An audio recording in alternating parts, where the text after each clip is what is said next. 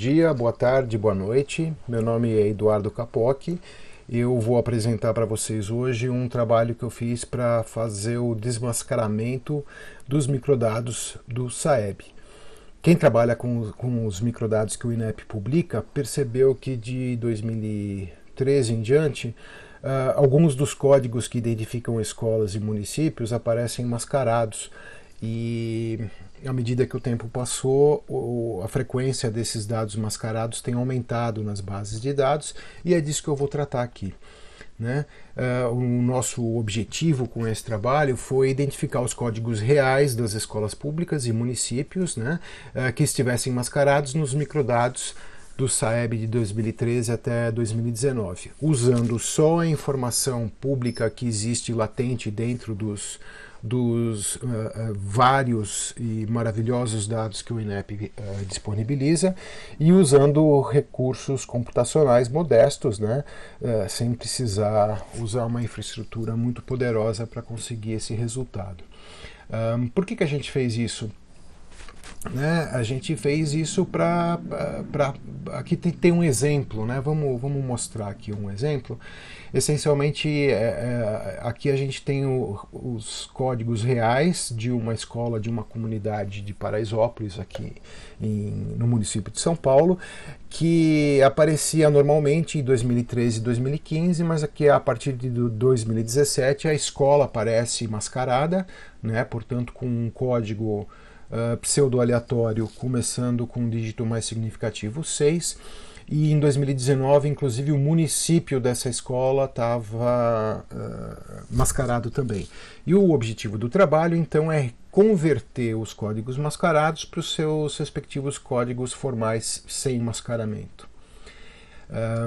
Normalmente a gente vê que a incidência dessas máscaras está fortemente relacionada à baixa participação nas avaliações do SAEB. Né? Então, abaixo dos patamares mínimos requeridos, a escola não tem o dado reportado de maneira aberta nos microdados. Isso aqui foi feito, esse trabalho foi feito como parte de uma iniciativa maior para fazer uma análise longitudinal de vários indicadores de municípios, das redes municipais no Brasil. Algumas dessas escolas e alguns desses municípios tinham baixa participação, têm baixa participação nas avaliações e, portanto, vinham mascarados. E como eu falei, a gente também usa esses dados não mascarados agora, né, para fazer o acompanhamento de algumas escolas, de um grupo de escolas com baixa participação e de uma comunidade. E foi fruto de um desafio aqui na reclusão pandêmica de 2020. Para a gente fazer esse trabalho, a gente contou aqui, eu vou falar rapidamente aqui de alguns princípios, né? Para conseguir fazer isso, a gente tinha que entender o fenômeno por trás de por que as máscaras aparecem nos microdados. Tudo que a gente aprende ajuda a fazer o caminho contrário, né? A gente teve que conhecer melhor o ecossistema todo de dados e microdados que o INEP maravilhosamente disponibiliza, conhecer em detalhe as bases de dados, passar muito tempo olhando para os tipos de variáveis, para os valores que essas variáveis podem assumir, lendo a fantástica documentação que o INEP disponibiliza e incluindo as notinhas de rodapé para conseguir ver os detalhes. A gente teve que balancear aqui o que manter nas bases de dados e o que descartar. Se a gente descarta, a gente pode ter jogado fora informação importante para o processo de engenharia reversa desses dados. Se a gente mantém tudo, a gente acaba carregando muito dado, não cabe na memória da máquina, os algoritmos ficam mais lentos, mais pesados. Então tem esse equilíbrio. E a gente tem que saber, através de registros, né, tanto no processo de escrever o algoritmo e bolar e testar o algoritmo, quanto dentro do próprio programa, como que a gente dá passinhos para trás quando a gente encontra uma coisa que não resolve muito. Isso foi importante também no desenvolvimento dessa solução. E a gente teve que conviver aqui com o fato que o ótimo é inimigo do bom. Chega uma hora que a gente bate de cara numa parede e não tem como reverter uma das máscaras ou resolver um impasse. A gente tem que estar de boa com o resultado obtido. Então agora vamos falar aqui um pouquinho do processo propriamente dito. É uma espécie de sudoku, é um jogo de números, né, em que a gente compara as bases de dados de alunos e de escolas dos microdados do SAEB com uma base de referência que é essencialmente composta de informação do censo escolar, tanto do ano do SAEB quanto do seu ano anterior, e uma série de indicadores, como, por exemplo, a adequação de formação docente, né, para as escolas. E o que a gente faz? A gente recorta a base de teste que a gente quer resolver com a base de referência que a gente construiu, a gente recorta em pedaços, como, por exemplo, unidade da federação, localização urbano-rural, e a gente vai testando até encontrar uma escola mascarada que tem uma única contrapartida não mascarada que a gente consegue identificar. Quando isso acontece, bingo, né? A gente resolveu um dos codiguinhos e aí a gente volta para o processo todo. Né? Tem alguns artifícios antes de fazer o algoritmo de força bruta, tem algumas explorações interessantes e inteligentes que a gente consegue aplicar para minimizar o trabalho. Né? Eu chamo isso aqui de leakage, porque essencialmente mostra uma espécie de vazamento interno, a informação que existe numa variável que ajuda a gente a resolver um conjunto maior de mascaramentos. Eu vou falar disso daqui a pouco. E depois esse é um processo iterativo, né? Tendo algum sucesso, a gente itera repetidas vezes, atualizando tanto a base de referência quanto a base de testes para a gente ir diminuindo a quantidade de trabalho e aumentando a chance da gente encontrar essa unicidade nas comparações. O que são os leakages? Né? Primeiro, são artifícios que ajudam, que aceleram a obtenção dos resultados finais. Um exemplo aqui é a variável extrato ANEB, que acaba ajudando de 2015 em diante, ela existe e ajuda a identificar municípios. Alguns municípios, como por exemplo, imagina um município que está marcado como sendo capital de uma unidade da federação, mas está mascarado. Aí não é muito... Eu sei que Rio Branco é a capital do Acre, então eu consigo fazer aqui uma inferência muito precisa. Né? Algumas escolas têm dois códigos de município, um mascarado, outro não. Bingo, que também conseguimos resolver. E tem outros leakages embutidos e esparramados aqui nos dados, que quanto mais a gente olha, mais a gente descobre que tem essas pequenas pérolas. Bom, vamos falar aqui, eu vou mostrar graficamente como que esse algoritmo funciona. Eu trabalho com os microdados dos alunos e das escolas, todos eles com linhas contendo códigos mascarados. Eu monto uma base de referência com base no censo escolar.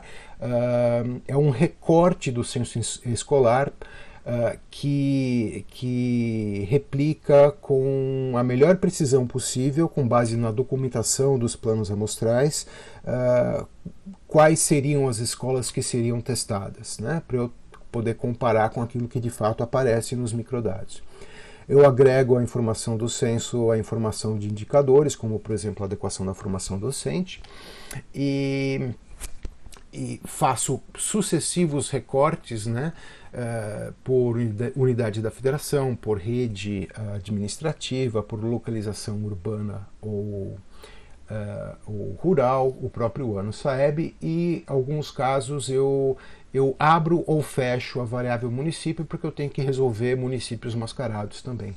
Eu faço filtragens dessas bases para acomodar essas condições de contorno e olho para todas as combinações possíveis de features, né, ou variáveis, dessas bases para ir comparando e contando quando eu tenho um encontro numérico dentro de uma tolerância. Eu faço isso para o número de matrículas por série, pelo número de presentes na avaliação, pelas médias de leitura em matemática e pelo próprio indicador de formação docente. E sempre que eu faço a análise dessas combinações todas, eu aplico os leakages, né, sempre que eu posso, porque eu sei que eles aceleram o meu processamento, faço todas as milhões de comparações, sempre que dá unicidade, né, um código mascarado encaixa perfeitamente dentro da combinação de variáveis que eu estou testando naquele momento com uma variável da minha base de referência, eu considero aquilo um bingo, eu ganhei, acertei e propago esses resultados e itero, repito esse processo até ficar feliz com o resultado. E ao longo do tempo, esse é um gráfico que mostra cerca de 2 horas de processamento numa máquina relativamente normal aqui, com 6 processadores e 32 gigabytes de memória, mostrando como que o número de códigos mascarados cai à medida que o tempo passa, tanto no arquivo de alunos quanto no arquivo de escolas. O resultado disso é que eu essencialmente consigo diminuir, tá vendo que não tem mais aqui barrinhas vermelhas. Eu consigo eliminar quase que a totalidade dos códigos mascarados. Uma coisa que era interessante para mim no começo desse processo era o foco em escolas municipais, das redes municipais, e aqui eu tive uma queda de quase uma ordem de grandeza na frequência dos códigos mascarados. Essencialmente trazendo o número de dados mascarados para o tempo que eu queria, né, para níveis mais toleráveis do ponto de vista de dado ausente. Eu consigo viver sem esses dados mascarados depois de ter passado por esse processo de desmascaramento. E ao longo do tempo a gente vê que o INEP usou jeitos diferentes para fazer o hashing, né, a anonimização dos códigos. 2013 foi um padrão, 2015 foi um padrão aparentemente mais simples, e 2017 e 2019 foi um processo mais complexo para fazer o mapeamento de um código real para um código mascarado. Não era aquele o nosso objetivo, achar a função hash reversa, né? Era simplesmente pragmaticamente ter acesso aos dados para poder usar na análise. E a gente está usando isso para fazer uma análise longitudinal dos resultados municipais, das redes municipais. A gente usou isso para fazer uma certa uniformização do nível socioeconômico que difere de um ano para o outro na sua metodologia. E a gente também está usando isso para fazer um acompanhamento dessas escolas vulneráveis de uma comunidade aqui de São Paulo. Muito obrigado. Eu vou deixar aqui as discussões para as perguntas e respostas na sequência. Muito obrigado pela atenção de vocês. Bom dia, boa tarde, boa noite. Eu vou falar brevemente sobre um estudo realizado por mim, professora Raquel Guimarães, da Universidade Federal do Paraná, pela Ana Carolina Tedesco, estudante do mestrado, e pela Elias Luz, estudante de iniciação científica. O título é Gênero e Desempenho em Matemática, uma análise exploratória para o Brasil usando o SAEB 2017. Um pouco da motivação para esse estudo é que muita literatura documenta a existência de diferenciais de gênero para o desempenho em matemática, tanto no Brasil quanto no mundo. A existência desses diferenciais por si só, a literatura argumenta que eles impactam as escolhas das garotas, por exemplo, de adquirir carreiras em matemática, nas áreas de ciências, engenharias,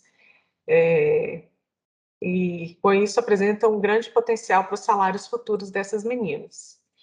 A maioria dos pesquisadores atribuem essas diferenças de gênero em matemática a fatores tanto sociais quanto ambientais, e argumentando que as diferenças no condicionamento social e diferentes expectativas sociais existem para meninos e meninas, inclusive em termos de incentivos. Por exemplo, muitos pesquisadores argumentam que os meninos têm mais atitudes positivas em relação à matemática e participam mais ativamente de cursos relacionados à matemática em relação às meninas. Dessa maneira, fatores cognitivos, afetivos e sociais afetam as meninas diferentemente dos meninos quando estudam matemática. Alguns pesquisadores, por exemplo, argumentam que os estudantes do sexo masculino têm maior capacidade visual e espacial do que as meninas teriam. Qual que é o objetivo do nosso trabalho? Foi examinar a relação entre gênero e desempenho em matemática entre estudantes no Brasil em 2017, usando os dados da avaliação nacional. A nossa hipótese é que, tipicamente, os diferenciais de gênero em matemática são maiores no final da carreira escolar, embora alguns estudos ainda tenham encontrado diferenças entre crianças no começo da carreira escolar. Estudar isso é importante porque, se existem diferenciais de desempenho no começo da carreira escolar, eles tendem a aumentar ao longo da carreira escolar. Espera-se que eles aumentem ao longo da carreira escolar. Nas séries mais iniciais, elas são importantes para o desenvolvimento das habilidades cognitivas básicas que servem de fundamento para o contínuo progresso acadêmico dessas meninas. Então, devido à natureza cumulativa do próprio currículo acadêmico, o desempenho baixo em matemática provavelmente irá levar a um padrão de baixo desempenho em matemática no futuro para essas meninas. Em termos de dados e métodos, a gente usou os dados do SAEB do ano de 2007. O SAEB é uma pesquisa de larga escala que permite que o INEP, que é o órgão responsável aqui no Brasil, realize um diagnóstico da educação básica e dos fatores que interferem com o desempenho educacional. O SAEB reflete os níveis de desempenho demonstrados pelos estudantes e tenta explicar esses resultados baseados em uma série de fatores contextuais que são abordados pela pesquisa. A gente estima modelos de traço latente usando teoria de resposta ao item para obter construtos relacionados aos estudantes, nível socioeconômico, ambiente cultural e envolvimento dos pais. Para avaliar a associação entre o gênero e o desempenho em matemática, a gente utiliza dois tipos de regressão para quinto ano do ensino fundamental, nono ano do ensino fundamental e terceira série do ensino médio. O modelo básico, que é o modelo de regressão em mínimos quadrados ordinários usual, e o modelo estendido, em que a gente utiliza o modelo hierárquico com efeitos fixos pré-escola.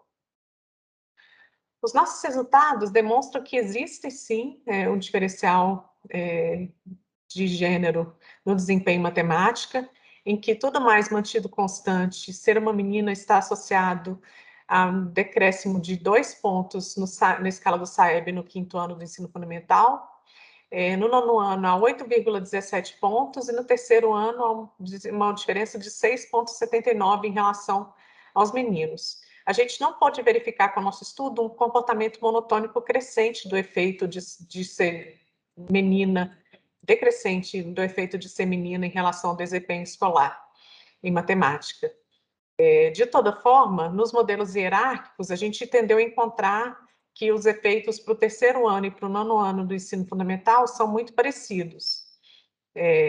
Tudo mais mantido constante, ser menina está associado com um decréscimo de 1,84 pontos na escala do SAEB no quinto ano do ensino fundamental. No ano do ensino fundamental está associado a um decréscimo de 9,99 pontos na escala do SAEB, e na terceira série do ensino médio, ser uma menina está associado com um decréscimo de 9,04 pontos na escala do SAEB. Ou seja, a gente encontrou resultados muito parecidos para o terceiro ano do ensino fundamental, nono ano do ensino fundamental e para a terceira série do ensino médio. Dessa forma, como conclusão, a gente não pode confirmar nossa hipótese de que o efeito de gênero em matemática aumenta com a série. Isso pode ser resultado de um efeito de um viés de seleção, que a gente vai explorar mais em trabalhos futuros. E a gente reforça a importância dessa pesquisa para minimizar os diferenciais de gênero em matemática com potencial impacto para o mercado de trabalho das meninas. É isso, agradeço pela atenção, muito obrigada. Olá, tudo bem? Eu sou Daiane Vasconcelos, mestranda pela UEMA, e apresentarei o trabalho com a temática Avaliação em Tempos Remotos, Desafios do Novo Normal nas Escolas do Ensino Fundamental de São Luís, Maranhão, escrito por mim, Dalmira Colasso e Márcia Thaís. O presente estudo ele tem como objetivo compreender o processo de aprendizagem ocorrido durante as aulas não presenciais desenvolvidas na rede pública municipal de São Luís. Para tanto, foi realizada uma pesquisa documental e de campo pela CEMED, por meio das quais foram identificadas características do trabalho desenvolvido até então. A investigação traz resultados de uma pesquisa realizada de forma virtual com docentes sobre o novo desafio de aulas online, se caracterizando por uma abordagem qualitativa, por responder questões particulares. Na coleta dos dados, utilizou formulários do Google Forms e a divulgação aconteceu por meio do Google Meet, em reunião virtual com os professores de cada escola da rede. O desenvolvimento desse estudo faz uso de embasamentos teóricos, tecendo diálogo com estudiosos em avaliação. Dessa forma, o trabalho apresenta uma seção que aborda o ensino remoto e a avaliação da aprendizagem. Assim, os autores Vasconcelos, 2005, Hoffman, 2009 e Lucchesi, 2011, destacam que a avaliação da aprendizagem é um dos eixos da ação didática, estando alinhada à avaliação diagnóstica, formativa e somativa, onde o professor pode traçar suas estratégias de ensino. Entende-se que avaliar é muito mais do que medir. Assim, os dados coletados são extremamente importantes para o processo ensino-aprendizagem, por diante do resultado de um diagnóstico, conjugam-se esforços para a tomada de decisões. Deste modo, a avaliação está presente no meio educacional, tornando-se eficaz e visando a melhoria do processo educativo. Sabe-se que o parecer do Conselho Nacional de Educação, no ano de 2020, destaca que os professores das redes de ensino devem ter um olhar cuidadoso, flexível e que valorize os esforços de cada aluno, no sentido de não ampliar a reprovação e a evasão escolar. E em consonância, o Conselho Estadual de Educação do Maranhão, na Resolução 146/2020, autoriza a realização da avaliação não presencial, desde que plenamente garantidos os direitos de aprendizagem dos alunos. Dessa forma, a CEMED de São Luís, para orientar as unidades de educação básica da rede no ano de 2020 e 2021, elaborou um guia, apresentando as estratégias para a implementação do ensino remoto no ensino fundamental. Sendo o ensino remoto de forma online, com o uso de podcast, áudios postados no grupo de WhatsApp e para os estudantes que não têm conectividade, envio de atividades impressas. Assim, as aulas remotas acontecem distante do espaço físico da escola e as avaliações se tornam de forma online. Apresenta agora os resultados e as discussões da pesquisa. Sobre o trabalho remoto, identificou-se por meio da pesquisa realizada via questionário online que 75% dos professores utilizam as plataformas digitais para a realização do processo avaliativo e que no momento são alternativas positivas, uma vez que permitem identificar as dificuldades e reconduzir o processo de ensino. Para avaliar, Hoffman, 2017, diz que a avaliação formativa é essencial para que se construa o significado da ação, reflexão no dia a dia das salas de aula. Percebe-se que a avaliação formativa se adequa à realidade. O desafio é articular o processo avaliativo às possibilidades pedagógicas inerentes ao ensino remoto.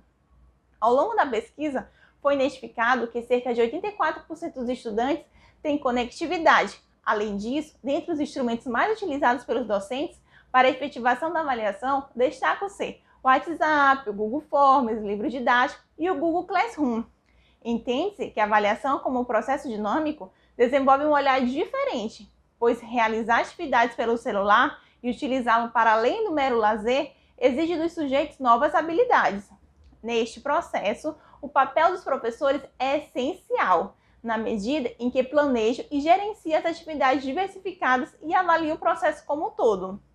Por fim, entende-se que ainda são muitas as dificuldades a serem superadas, mas o primeiro grande passo já foi dado. As escolas buscaram alternativas para manter o processo de aprendizagem ativo, sempre com foco nas possíveis dificuldades enfrentadas pelos estudantes. Muito obrigada! É com muito prazer que eu gostaria de apresentar o nosso trabalho sobre uma análise estatística muito variada do desempenho educacional das cidades de médio porte da região norte do Brasil. É um trabalho no âmbito do pós-doutorado da Juliana Dias, na cátedra Sérgio Henrique Ferreira, do Instituto de Estudos Avançados da USP Ribeirão Preto. No slide seguinte, eu gostaria agora de apresentar a vocês o foco de atuação da cátedra, principalmente nas cidades de médio porte, de 100 mil a 500 mil habitantes. Vamos incluir Ribeirão Preto, estamos incluindo, pelo fato da cátedra se localizar em Ribeirão Preto. O foco é principalmente no que se refere à aprendizagem escolar e desigualdade educacional, e os eixos de atuação, o primeiro deles, que vamos aqui apresentar, são estudos e pesquisas a respeito das cidades de médio porte, com foco nesses dois aspectos, articulação em parcerias, porque é muito importante para o trabalho da cátedra fazer isso em colaboração, e usar a comunicação como eixo importante para dar escala aos nossos trabalhos. No caso aqui, como eu me referi, vamos trabalhar com 18 cidades da região norte do país, né? É uma região muito extensa, territorialmente falando, envolve, portanto, essas 18 cidades. Estamos tomando como referência o censo de 2010, que foi o censitário do IBGE. Infelizmente, não tivemos em 2020, vamos ter agora, e assim preferimos trabalhar como referência o censo de 2010. Né? Os indicadores para tentar mostrar o impacto da aprendizagem ou como essas cidades, essas 18 cidades da região norte, elas se organizam do ponto de vista do desempenho escolar, né, como elas se diferenciam, nós utilizamos 5 indicadores. Os 2 primeiros têm a ver com a meta 3 do Todos pela Educação, que é o percentual de alunos com aprendizado adequado em língua portuguesa e em matemática.